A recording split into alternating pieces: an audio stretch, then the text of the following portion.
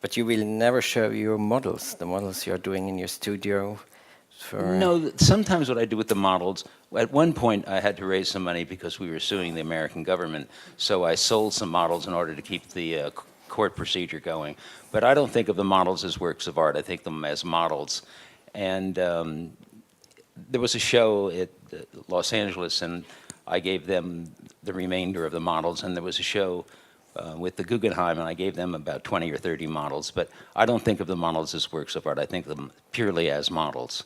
And I don't start with images. I don't make a drawing and then make a sculpture. I make a model, and then we go from the model to another model, then we go to the steel fabricator, and then that comes back, and then we make another model. So basically, my way of making sculpture is basically a model builder. That's how I begin.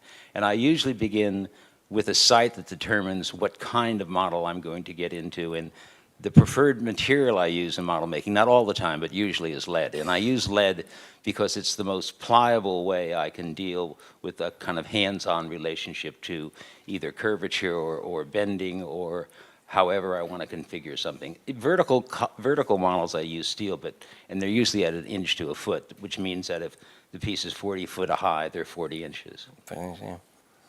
But in your studio, you work in a way also like a craftsman. So like a craftsman. Yeah. This brings me not, to... Not like Zumthor, he's a craftsman. But this brings me to Brancusi. I only wish I was as precise as this man here. But Okay. I do work in the studio with my hands, and we try to arrive at a degree of perfection, but we don't think as models as an end in themselves. We think of them as working transitions until the final point where we actually get into steel models. And the steel models then are made in the steel fabricating plant, and then they're sent back to us. And then at that point, we usually make another lead model if we don't agree with what they've done. And then finally, there's another steel model made before we get into fabrication. So there's a lot of model making that goes back and forth between Germany and the United States. Yeah. But it's interesting because you never show these aspects. There are also no photographs of these different stages of your work or of your studio. No, I think I'm asking this because Brancusi liked to have this mise en scène as a genius craftsman in his studio. We have here wonderful photographs, examples here in the exhibition. Yeah, but I think you separate this. I think that's a different generation, and I think that one of the things you can admire about Giacometti and Brancusi is that their relationship to their everyday practice within the studio.